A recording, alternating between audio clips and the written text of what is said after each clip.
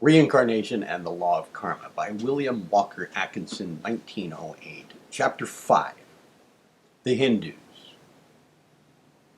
While reincarnation has been believed and taught in nearly every nation and among all races, in former or present times, still we are justified in considering India as the natural mother of the doctrine, inasmuch as it is found an especially favorable spiritual and mental environment in that land and among its people, the date of its birth there being lost in the cloudiness of ancient history. But the tree of the teaching being still in full flower and still bearing an abundance of fruit. As the Hindus proudly claim, while the present dominant race was still in the savage cave-dwelling Stone Age stage of existence, and while even the ancient Jewish people were beginning to place the foundation stones of their religion, of which the present Christian religion is but an offshoot, the great Hindu religious teachers and philosophers had long since firmly established their philosophies and religions with the doctrine of reincarnation and its accompanying teachings, which had been accepted as truth by the great Aryan race in India. And throughout 40 centuries or more, this race has held steadfastly to the original doctrine, until now the West is looking again to it for light on the great problems of human life and existence. And now, in the 20th century, many careful thinkers consider that in the study and understanding of the great fundamental thoughts of the Vedas and the Upanishads, the West will find the only possible antidote to the virus of materialism that is poisoning the veins of Western spiritual understanding. The idea of reincarnation is to be found in nearly all the philosophies and religions of the race, at least in some period in their history, among all peoples and races. Yet, in India do we find the doctrine in the fullest flower, not only in the past, but in the present. From the earliest ages of the race in India, reincarnation in some of its various forms has been the accepted doctrine, and today it is accepted by the entire Hindu people, with their many divisions and sub-races, with the exception of the Hindu Mohammedans or Muslims.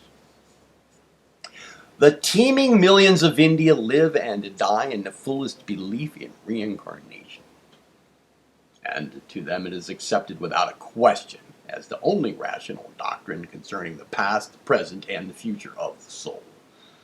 Nowhere on this planet is there to be found such an adherence to the idea of soul life.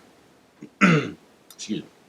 The thinking Hindu always regarding himself as a soul occupying a body rather than as a body having a soul, as so many of the Western people seem to regard themselves.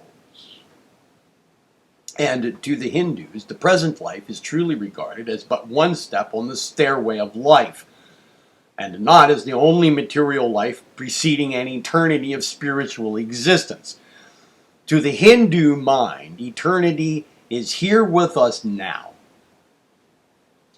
We are in eternity, as much this moment as we ever shall be, and the present life is but one of a number of fleeting moments in the eternal life. Excuse me. The early Hindus did not possess the complicated forms of religion now existing among them, with their various creeds, ceremonials, rituals, cults, schools, and denominations. On the contrary, their original form of religion was an advanced form of what some have called nature worship, but which was rather more than that which the Western mind usually means by the term. Their nature was rather a spirit of nature, or one life, of which all existing forms are but varying manifestations. Even in this early stage of their religious development, they held it to a belief in reincarnation of the soul, from one form to another. And while to them everything was but a manifestation of one life, still the soul was a differentiated unit, emanated from the one life, and destined to work its way back to unity and oneness with the divine life through many and varied incarnations, until finally it would be again merged with the One. Now, from this early beginning arose the many and varied forms of religious philosophy known to the India of today. But clinging to all these modern forms is to be found the fundamental basis idea of reincarnation and final absorption with the One. Brahmanism came first, starting from the simple and working to the complex. A great priesthood gradually arising and surrounding the original simple religious philosophy with ceremonial, ritual, and theological and metaphysical abstractions and speculation. Well, then arose Buddhism, which in a measure was a return to the primitive idea, but which in turn developed a new priesthood and religious organization. But the fundamental doctrine of reincarnation permeated them all, and may be regarded as the great common center of the Hindu religious thought and philosophy. The Hindu religious books are filled with references to the doctrine of reincarnation. The Laws of Manu, one of the oldest existing pieces of Sanskrit writing, contains many mentions of it, and the Upanishads and the Vedas contain countless references to it. In the Bhagavad Gita, Krishna says to Arjuna, quote, "Know thou, O Prince of Pandu, that there never was a time when I, nor thou, nor any of these princes of earth was not. Nor shall there ever come a time hereafter when any of us shall cease to be. As the soul, wearing this material body, experienceth the stages of infancy, youth, manhood, and old age, even so shall it in due time pass on to another body. And in other incarnations shall it live again, and move, and play its part." These bodies, which act as enveloping coverings for the soul accompanying them, are but finite things, things of the moment, and not the real man at all. They perish as all finite things perish. Let them perish. He who is in ignorance thinketh, I slay, or I am slain, babbleth like an infant lacking knowledge. Of a truth, none can slay, none can be slain. Take unto thy inner mind this truth, O Prince. Verily, the real man, the spirit of man, is neither born nor doth it die. Unborn, undying, ancient, perpetual, and eternal. It hath endured, and will endure forever. The body may die, be slain, be destroyed completely, but he that hath occupied it remaineth unharmed. As a man throweth away his old garments, replacing them with new and brighter ones, even so the dweller of the body, having quitted its old mortal frame, entereth into others which are new and freshly prepared for it. Many have been my births and rebirths, O Prince, and many also have been thine own. But between us lies this difference. I am conscious of all my lives, but thou lackest remembrance of thine. End of quote. In the Mahabharata, it is said, quote, "Even as when he casteth off an old garment, man clothes himself in new raiment, even so the soul, casting off the worn-out body, takes on a new body, avoids the fatal paths leading to hell, works for its salvation, and proceeds toward heaven." End of quote.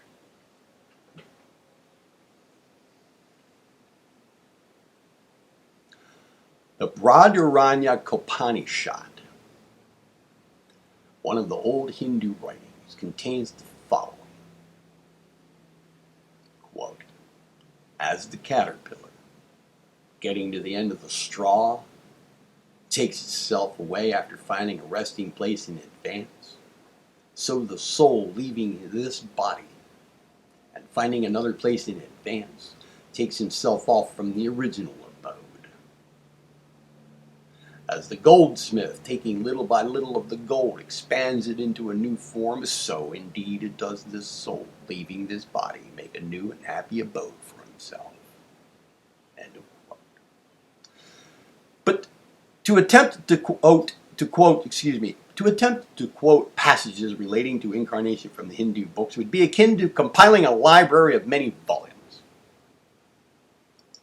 The sacred writings of the East are filled with references to reincarnation, and if the latter were eliminated, it would be like the play of Hamlet with Hamlet omitted. We cannot enter into a description of the various schools of Hindu religious thought and philosophy in this work, for to do so would be to expand this little volume here in several of larger size. So extended is the subject. But underlying the many divisions and the subdivisions of Hindu thought may be found the fundamental idea of an original emanation from or manifestation of one divine being, power, and energy into countless differentiated units, atoms, or egos, which units, embodying in matter, are unconscious of the spiritual nature, and take on a consciousness corresponding with the form in which they are embodied. Then follows a series of embodiments or incarnations from lower to higher, in which occurs an evolution or unfoldment of the nature of the soul, in which it rises to higher and higher planes of being until finally, after eons of time, it enters in union with the divine nirvana and paranirvana, the state of eternal bliss. The great difference between the Hindu thought and the Grecian is that while the Greeks considered repeated life with joy as a means of greater and greater expression of life, the Hindus, on the contrary, regard life as but a period of travail and sorrow, the only light to be perceived being the expectation and hope of eventually emerging from the region of materiality and illusion and regaining true existence in the spirit. The Hindus nearly all agree that this material life is occasioned by avidya, or ignorance, on the part of the soul, of its own real nature and being, whereby it fails to recognize that this material life is maya, or illusion. They hold that wisdom consists in the soul recognizing its real nature, and perceiving the illusion of material life and things, and striving to liberate itself from the bondage of materiality and ignorance. The principal differences among the various Hindu schools of religion and philosophical thought arise from their differing views regarding the nature and constitution of the soul on the one hand, and the means of attaining liberation and freedom from material embodiment on the other. The doctrine of karma, of spiritual cause and effect, which we shall consider in another chapter here, also runs along with all the varying Hindu conceptions, doctrines, and theories. Without considering the matter of differences of opinion between the various schools concerning the nature and constitution of the soul, we may say that all the schools practically agree that the constitution of man is a complex thing, comprising of a number of sheaths, bodies, coverings, or elements, from the grosser to the more spiritual. The various sheaths being discarded as the soul advances on its way toward perfection. There are disputes. There are disputes between the various schools regarding terminology and the precise arrangement of these principles, but the following classification will answer for the purpose of giving a general idea of the Hindu views on this subject, subject always to the conflicting claims of the various schools, remember. The classification is as follows, passing from lower to higher.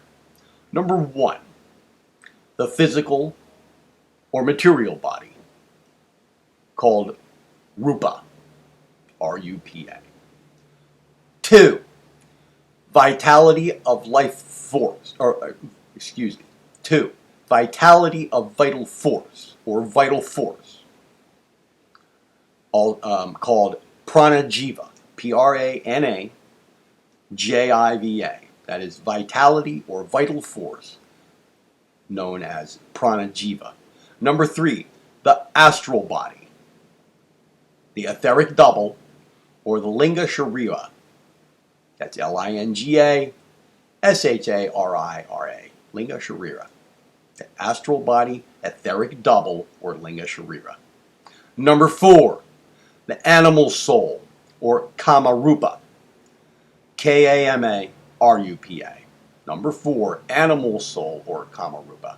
5, the human soul, or manas. M-A-N-A-S. Human soul, or manas. Number 6, spiritual soul, or buddhi. B-U-D-D-H-I, buddhi. And 7, divine spirit, or atma. A-T-M-A.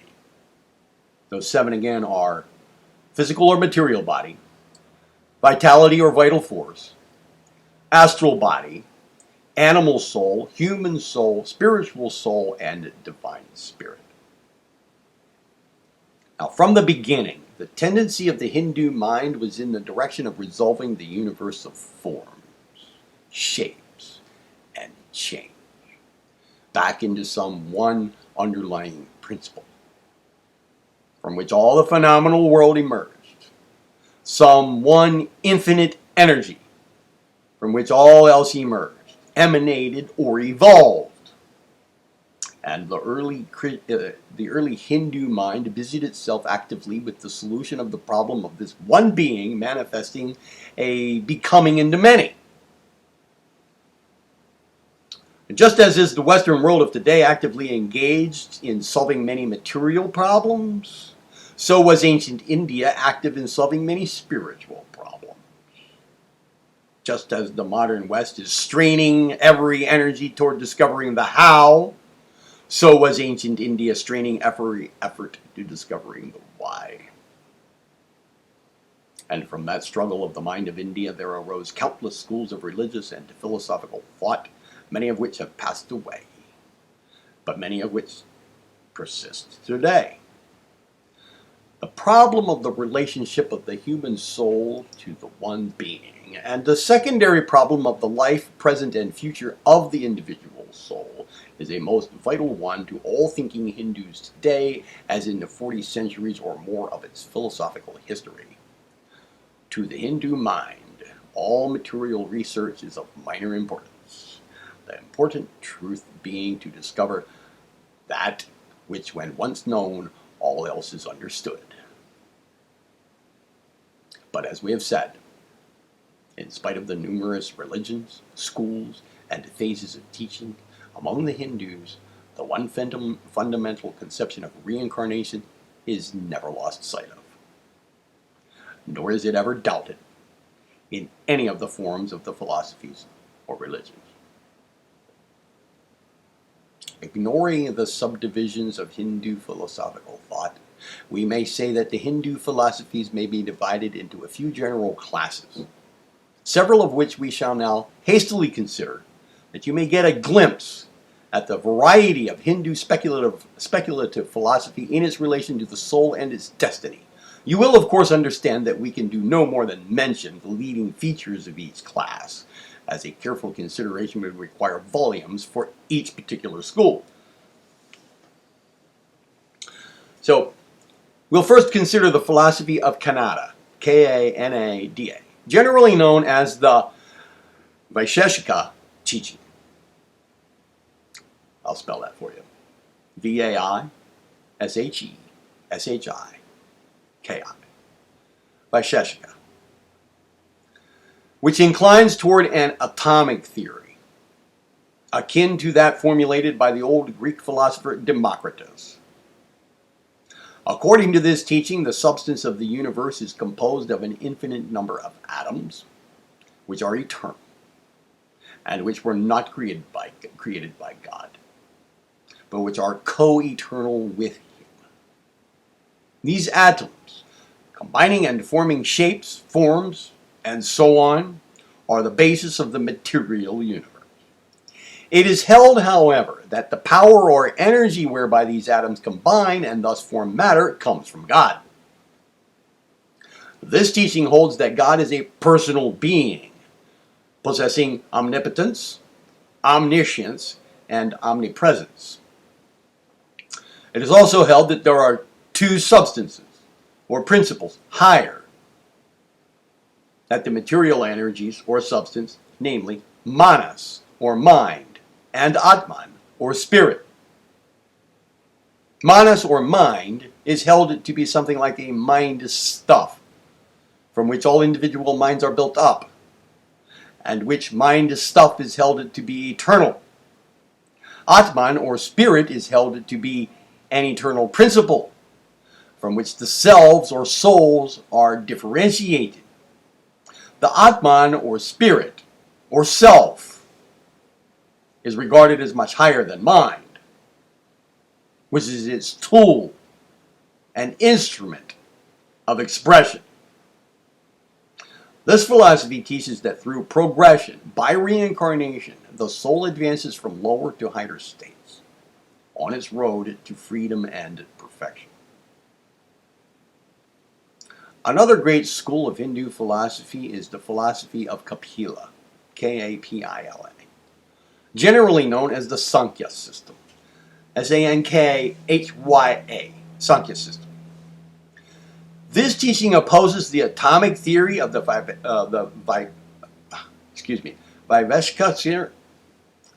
Vaisheshika system, and holds that the atoms are not indestructible nor eternal, but may be resolved back into a primal substance called Prakriti, P-R-A-K-R-I-T-I, Prakriti. Prakriti is held to be an universal eternal energy or ethereal substance, something similar to Western scientific conceptions of a universal ether. And from this eternal universal energy, Prakriti, Kapila held that all the universe has been evolved. All material forms are manifestations of energy, being but manifestations of Prakriti. But the Sankhya system is not materialistic, as might be supposed at first glance.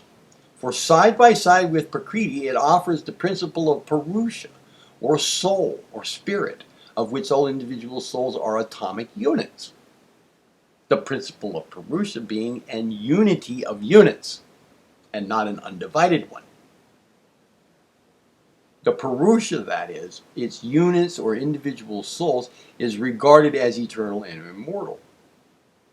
Prakriti is devoid of mind, but is possessed of active vital energy, and is capable of producing forms and material manifestations by reason of its inherent energy and laws, and thus produces what the Hindus call Maya, or material illusion, which they hold to be devoid of reality, inasmuch as the forms are constantly changing and have no permanence. This philosophy holds that Prakriti, by means of the glamour of its manifestations of Maya, entices the individual souls, or Purushas, which when once in the center of attraction of the Maya are drawn into the vortex of material existence, losing a knowledge of their real nature. But the souls never lose entirely the glimmer of the light of the spirit, and consequently soon begin to feel that they have made a mistake,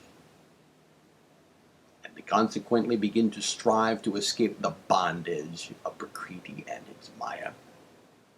But such escape is possible only through a gradual rising up from the depths of Maya, step by step, cycle by cycle, by a series of purification and cleansing of themselves, just as a fly cleanses itself of the sticky substance into which it has fallen.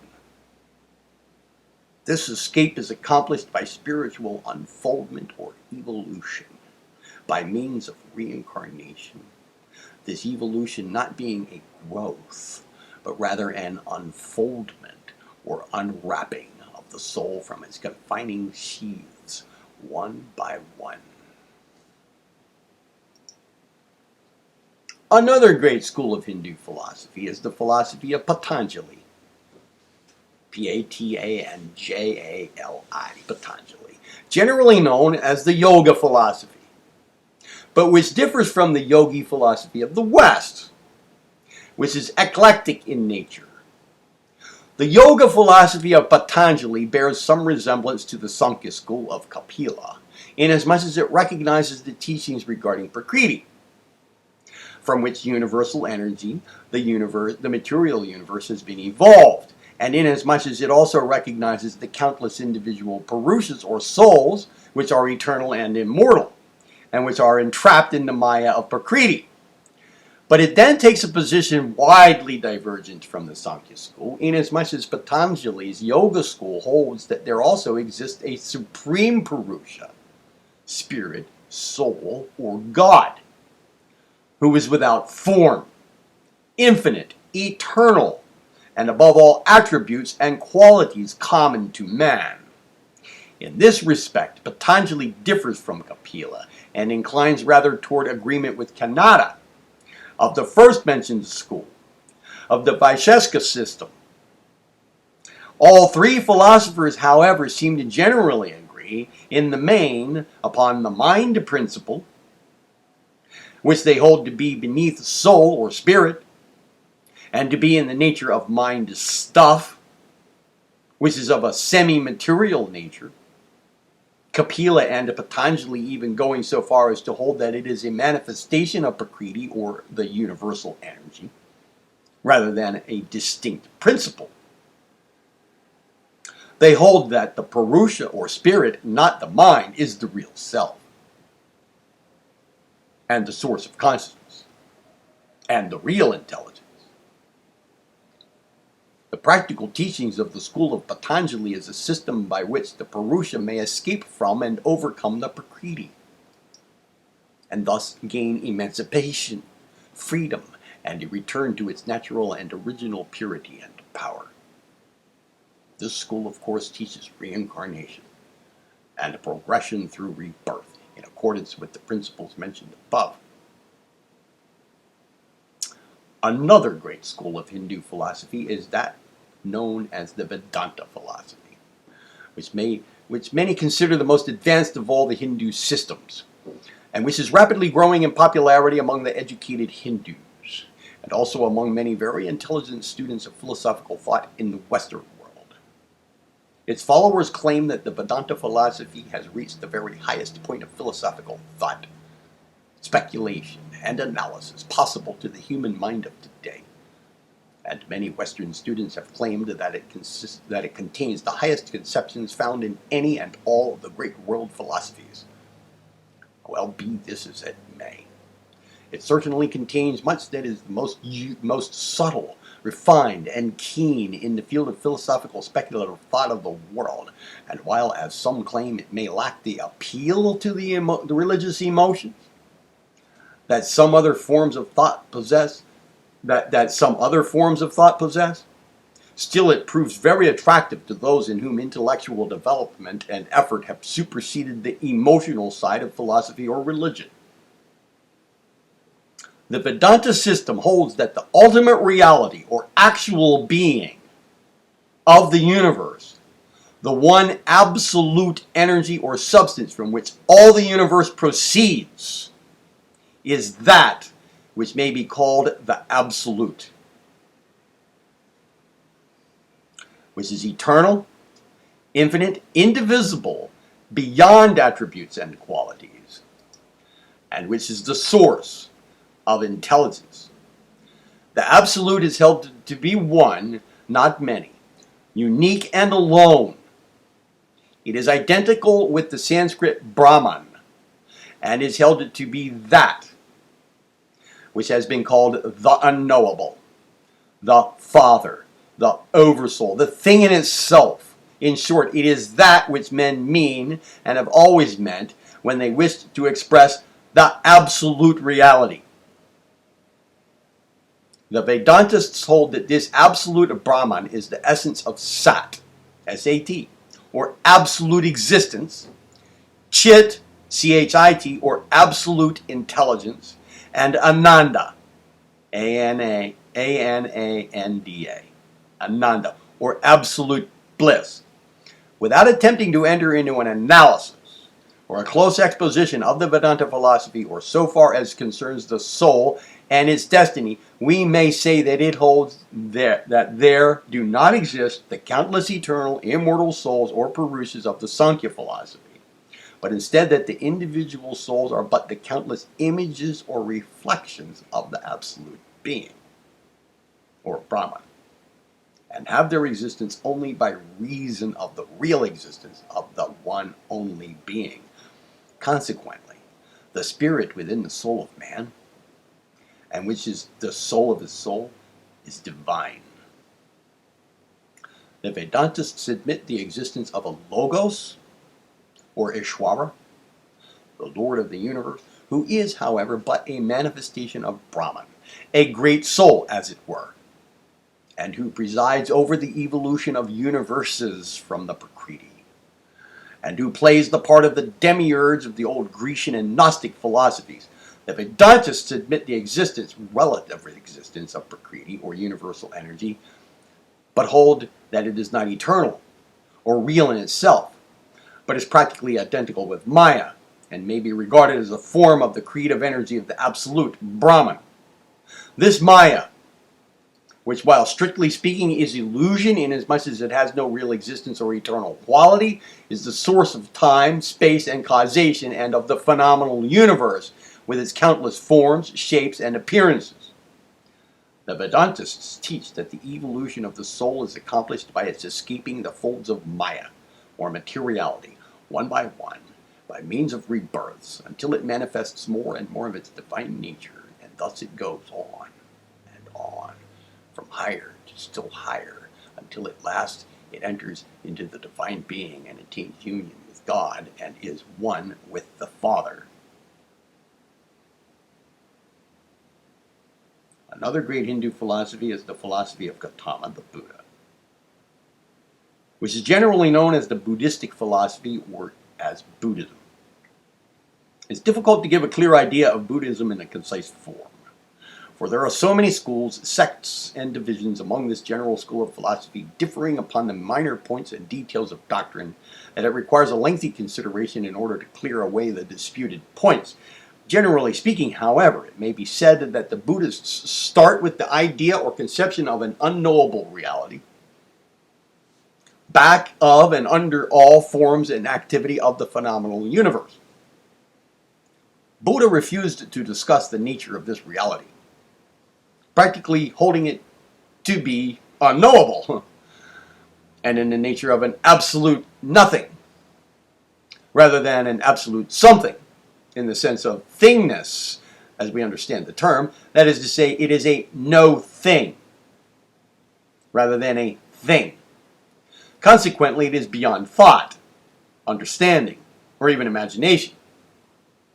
All that can be said of it is that it is. Buddha refused to discuss or teach of the manner in which this unknowable came to manifest upon the relative plane, for he held that man's proper study was of the world of things and how to escape therefrom. In a vague way, however, Buddhism holds that in some way this unknowable, or a part thereof, becomes entangled in Maya or illusion through avidya or ignorance, law, necessity, or perhaps something in the nature of a mistake. And arising from this mistaken activity, all the pain and sorrow of the universe arises. For the Buddhists hold that the universe is a world of woe, from which the soul is trying to escape. Buddhism holds that the soul reincarnates often because of its desires and attractions, which if nursed and encouraged will lead it into lives without number. Consequently, to the Buddhist, wisdom consists in acquiring a knowledge of the true state of affairs, just mentioned, and then upon that knowledge building up a new life in which desire and attraction for the material world shall be eliminated, to the end that the soul, having killed out the desire for material things, having cut off the dead branch of illusion, is enabled to escape from karma and eventually be released from rebirth, thence passing back into the great ocean of the unknowable. or nirvana, and is ceasing to be so far as the phenomenal world is concerned. Although, of course, it will exist in the unknowable, which is eternal. Many Western readers imagine the Buddhistic nirvana to be an utter annihilation of existence and being.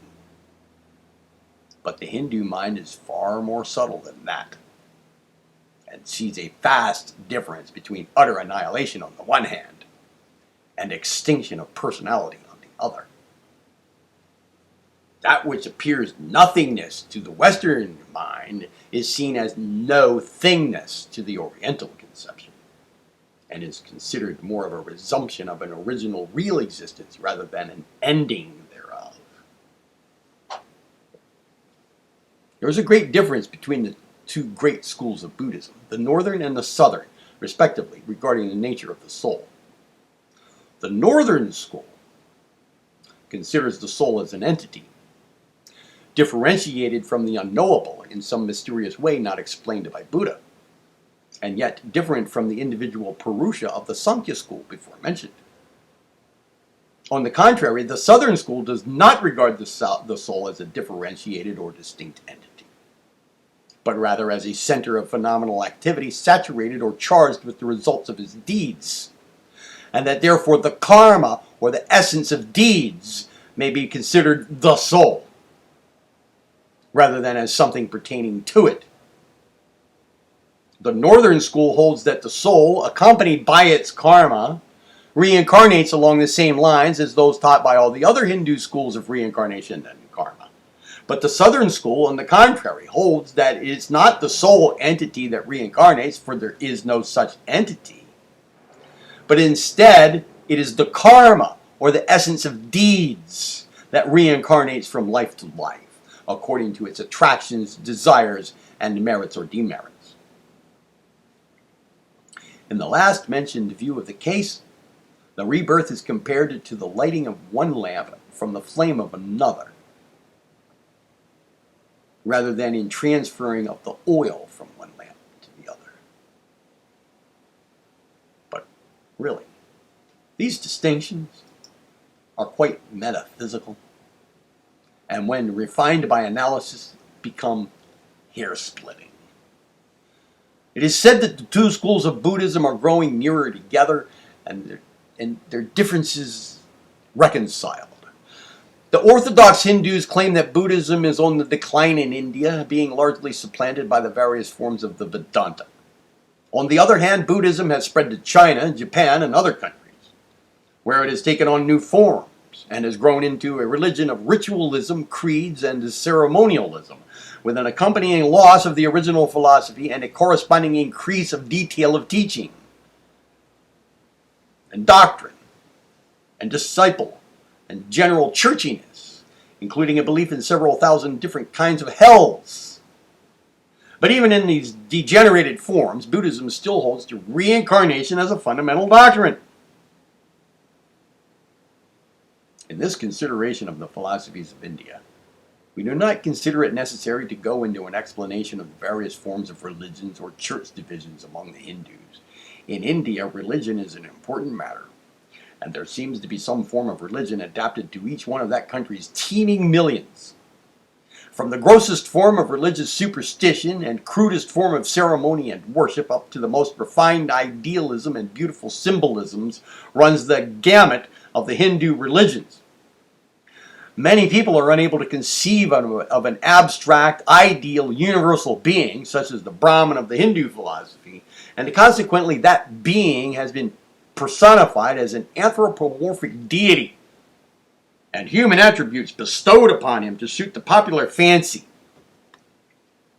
In India, as in all other countries, the priesthood have given the people that which they asked for. And the result is that many forms of churchly ceremonialism and forms of worship maintain which are abhorrent and repulsive to Western ideas. But we of the West are not entirely free from this fault, as one may see if he examines some of the religious conceptions and the ceremonies common among ignorant people in the remote parts of our own land. certain conceptions of an anthropomorphic deity held by some of the more ignorant people of the Western world are but little advanced beyond the idea of the devil. And the belief in a horned, cloven-hooved, spike-tailed, red-colored, satyr-like, leering devil with his hell of eternal fire and brimstone is not so uncommon as many imagine. It has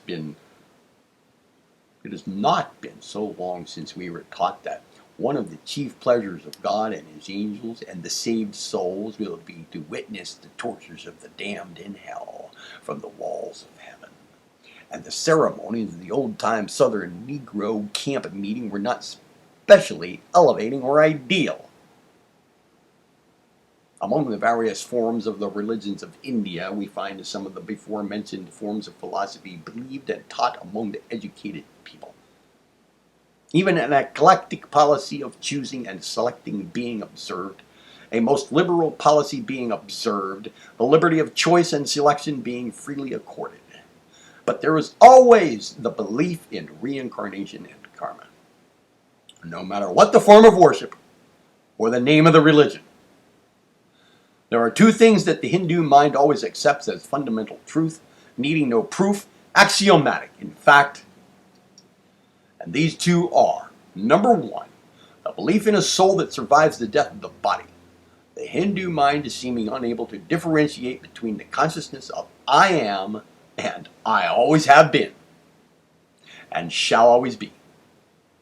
The knowledge of the present existence being accepted as a proof of past and future existence. And number two, the doctrine of reincarnation and karma, which are accepted as fundamental and axiomatic truths beyond the need of proof and beyond doubt. As a writer has said, quote, the idea of reincarnation has become so firmly fixed and rooted in the Hindu mind as a part of belief that it amounts to the dignity and force of a moral conviction. End of quote.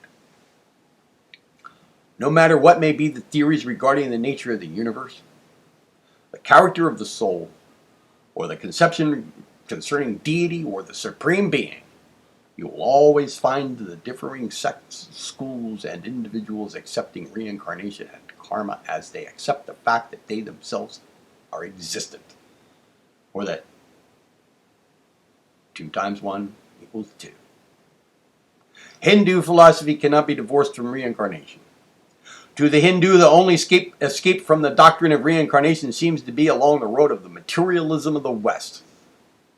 From the above statement, we may accept the Hindu Muslims and the native Hindu Christians, partially, although careful observers say that even those do not escape entirely the current belief of their country, and secretly entertain a mental reservation in their heterodox creeds.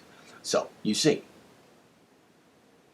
we're justified in considering India as the motherland of reincarnation at the present time.